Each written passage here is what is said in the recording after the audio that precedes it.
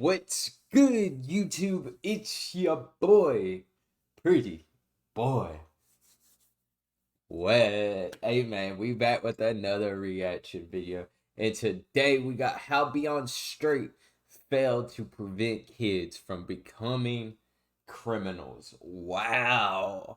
Hey man, if y'all never knew Beyond Scared Straight, just go look up a highlight. Like, this show is crazy, man. I thought this was gonna be a very interesting topic. If you're new to the channel, make sure you drop a like, comment, subscribe. We react to everything. Hey man, anything actually. Hey man, sorry I've been gone for a little bit, but you know I have to turn up since I'm back, man. Hey, without further ado, let's hop right into this video. Shows in history, parents of troubled youth pay for their children to tour the inside of a prison or county jail so they can be exposed to the dark reality of life behind bars. When they arrive, they meet with real inmates who strike fear into them with threats, with the goal being to prevent today's teenagers from becoming tomorrow's prisoners. But their exposure therapy techniques are definitely questionable. What the f*** wrong with you, dog? Yeah, this is Chill out. You are starting in the wrong way. This Kool-Aid, we put this on just like you. Lick your lips. Now stick your hand in that Kool-Aid. Just stick it in there. Now take your finger, just do this to the bottom one. Come here. I kiss you, you orange flavor mother. What the heck? Faster. You ready? You hard, man. You hard. You want to hold There you go. You want to do? Try me. Try me. Yeah, try me. I want you to try me. I want you to try me. Try. Now, there's no doubt that Broski was not having it, cuz. Broski was up there like this.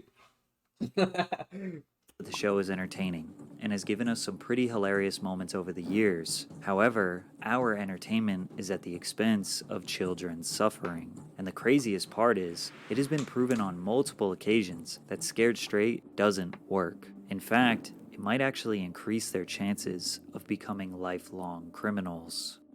A lot of people don't realize that Scared Straight is not just a television show on A&E. It's a program that has been implemented all over the United States for the past 50 years. And the reason it got so popular was based on just one alleged successful experiment. Scared Straight was the name of a television documentary released in 1978, produced by Arnold Shapiro. It was critically acclaimed, won an Academy Award, and even won an Emmy. See, they're gonna put lipstick on your lips, earrings in your ear, and have you swishing your ass up and down these tears, hustling cigarettes for your man.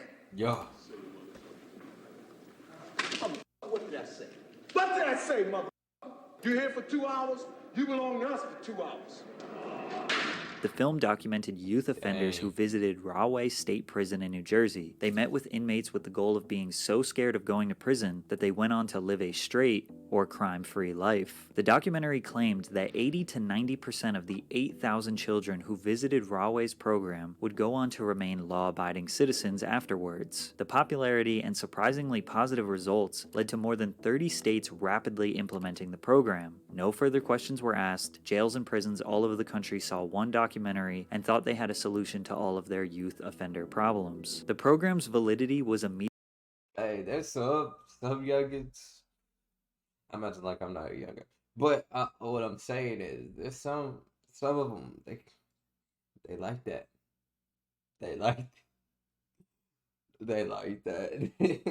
Immediately questioned by juvenile delinquency professionals, but that didn't stop it from becoming popular. The original documentary was followed by Scared Straight, Another Story in 1980, also produced by Arnold Shapiro. This one was just a dramatic film. The subjects were actors who did scripted reenactments of their petty crimes, which led them to entering the Scared Straight program, being screamed at, and then feeling reformed after a couple overnights in the prison. Then in 1987, Scared Straight 10 years later aired. I'll be your host for Scared Straight 10 years later. A fascinating update on what's happened to the kids and the convicts filmed a decade ago.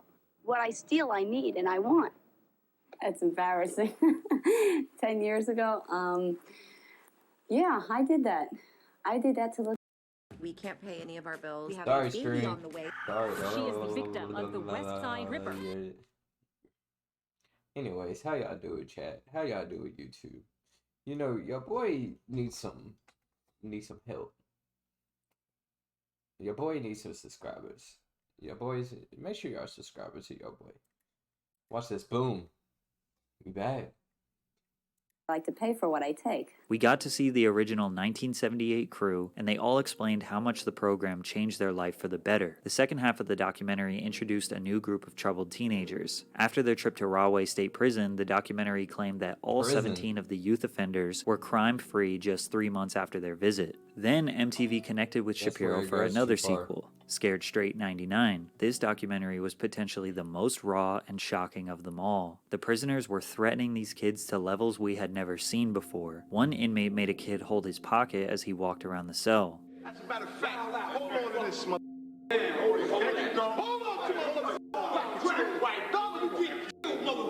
And you walk with me, mother.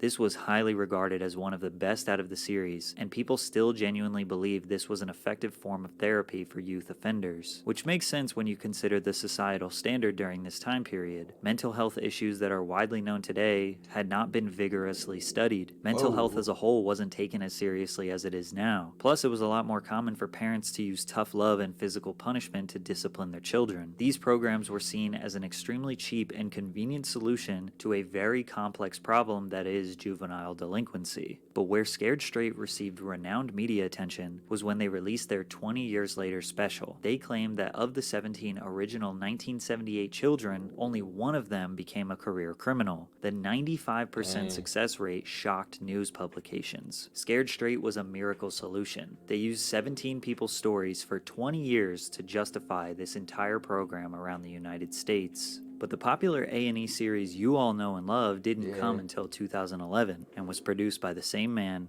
Arnold Shapiro. But first, a quick word from our sponsor, Underdog Fantasy. Fantasy is Great was a TV show that documented the experiences of troubled children as they embarked on a forced tour of a maximum security prison or jail. During the tours, inmates and officers would go to the greatest lengths, screaming, locking them in cells, putting lipstick on them, roughing them up, anything they could do to shock the children and make them terrified of going to prison in hopes that it would steer them clear of a life of crime. What's up? You like to fight, homie? That's what you like to do, huh? You little bitch. You's a bitch, homie. You's a Pop-Tart. I see right through you, homie.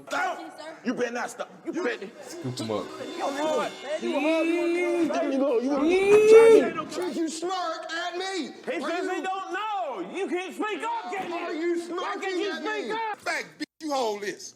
You drop it, I'll smack out of you. I don't give a about going. This was the most staggering and horrific Scared Straight program we had ever seen, and people loved it. The show's premiere alone attracted a staggering 3.7 million viewers, making it the most watched original series debut in the network's history. The undeniable success of Beyond Scared Straight led them to producing 83 episodes across 9 seasons, spanning from 2011 until 2015. But the most eye-opening realization about this show is that the Scared Straight program was proven by the federal government not to work. Since the release of the original film, many justice institutions and criminal prevention professionals have thoroughly studied the effects of the program to determine if it actually works. Surprisingly, numerous studies have shown that the Scared Straight method can actually do more harm than good. The most significant study was conducted by the U.S. Department of Justice after the release of the original film. They examined the outcomes of 9 controlled trials conducted from 1967 to 1992. This involved over 900 children, with the average age of 15 to 17, who participated in Scared Straight-like programs in 8 different states. Also, each study was conducted by a different research team. Every one of these studies also had a control group that did not attend a Scared Straight program, so they were comparing youth offenders who went to Scared Straight versus youth offenders who didn't attend one, and measured their likeliness to become a reoffender. The study found no evidence to support the effectiveness of Scared Straight in similar programs. In fact, all analysis showed that involvement in these programs increased measures of crime and delinquency. In nearly every one of the 9 studies, the group who went to Scared Straight had a higher rate of reoffense than the group who didn't go. After this comprehensive study was published, many other others were conducted with different test subjects, different age groups, and different crimes. Many of the studies would produce very similar results. In 1997, University of Maryland researchers completed a report for Congress on the evidence for various crime prevention strategies. The researchers had no problem listing Scared Straight as one of the programs that doesn't work. To make things worse, these programs could potentially violate federal law. In 2002, which was 9 years before the first A&E episode aired, the Office of Juvenile Justice and Delinquency Prevention in Washington informed all states that Scared Straight programs or similar programs may violate the separation requirement of the JJDP Act. According to the Act, it is mandatory that juvenile offenders and non-offenders should not be detained or confined in any institution where they may have sight or sound contact with adult offenders. In short, it's illegal to have kids in jail with adults, which makes this clip even harder to watch. A terrified 9-year-old boy dangled like a raw piece of meat in front of a pack of prisoners.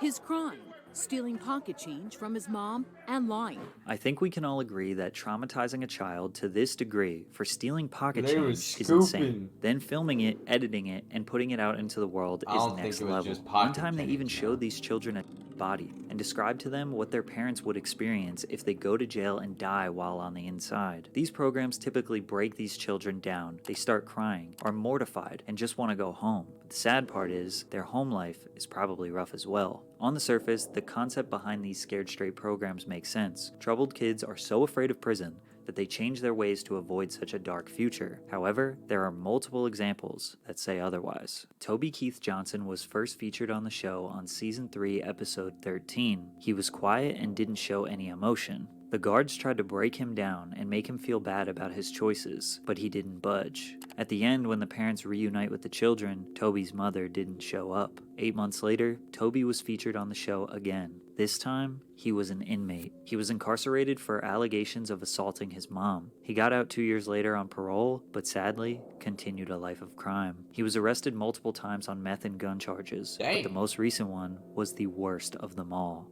In August of 2020, he was arrested for imprisoning a 25-year-old woman and making threats of harm, with Johnson forcefully grabbing the victim by the throat, choking her, and violently throwing her to the ground. Oh, wow. The aggression continued with it, even going as far as Toby threatening her with a knife. Law enforcement would report visible signs of bruising on the victim's neck. I think it's pretty obvious that Scared Straight had no...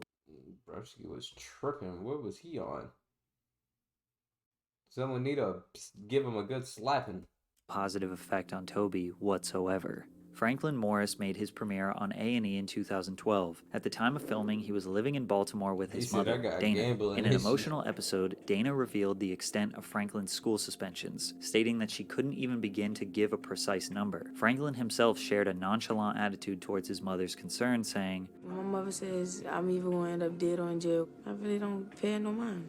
At the young age of 14, Franklin participated in the program, already having convictions for gambling and vandalism. One of the incidents that landed Franklin a spot on the show saw Franklin and his friends wreak havoc in a store, knocking items off the shelves and vandalizing a local shop. Years after his time on the show, Franklin Morris became one of 3 teenagers who met a grim fate near a playground in North Baltimore. Alongside a 19-year-old and a 17-year-old, Franklin was found shot in the head and pronounced dead at the scene.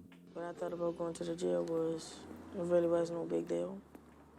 The reset program, it didn't change me. It really don't feel no different. Since the majority of the show's participants were children at the time, it's hard to find the long-term results of their lives. However, based on what I found, it seems like a lot of them went on to live regular lives. If you search what happened to so-and-so from Beyond Scared Straight, most of what you find is clickbait leading you to an Instagram page of someone who we can't confirm was actually on the show. Yeah, so if that the was program wicked. has been proven to be ineffective through various extensive studies across the past 30 years, why did they do a show about it? Well, It's just for money. But anyway, I just answered that for y'all. But anyways, I feel like that, how do I put this? It's not the best idea to put a kid in that predicament, in my opinion. It's really not. No.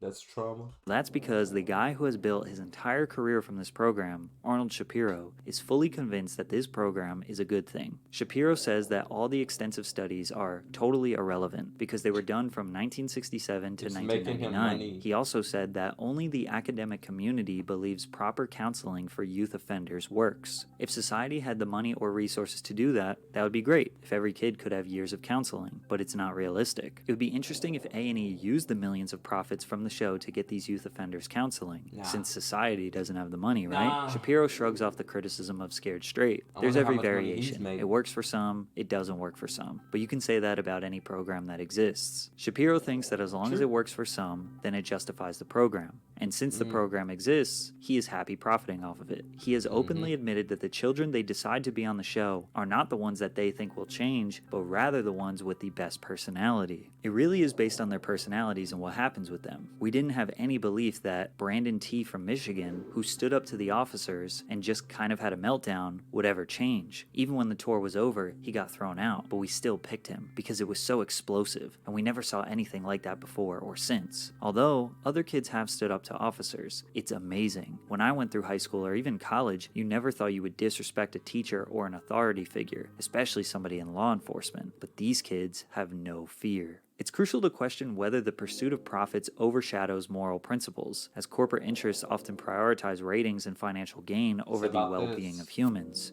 It's about this in this world. If you ain't got it, you're trying to get it, and if you got it, you want more of it. Pretty Boy West. But it makes it even worse when you consider that the people they are affecting are not consenting adults. These are children, and it's being broadcasted to millions of people to watch them suffer. They are being told that this is genuine rehabilitation, and they don't really have a choice to participate. Occasionally, they rebel so much that they get kicked out of the jail, but most of the time, they are trapped with no escape. The truth is, everyone wants a quick and cheap solution to an extremely complicated and layered social problem that is juvenile delinquency. But hey, as long as it works sometimes, it's all good. Right? Shout out to my boy Patrick. He left off on a good note. But I don't know, man. I ain't even gonna get into that. But if you're new to the channel, make sure you drop a like, comment, subscribe. It's been your boy Pretty Boy West. I'm out, man. Peace.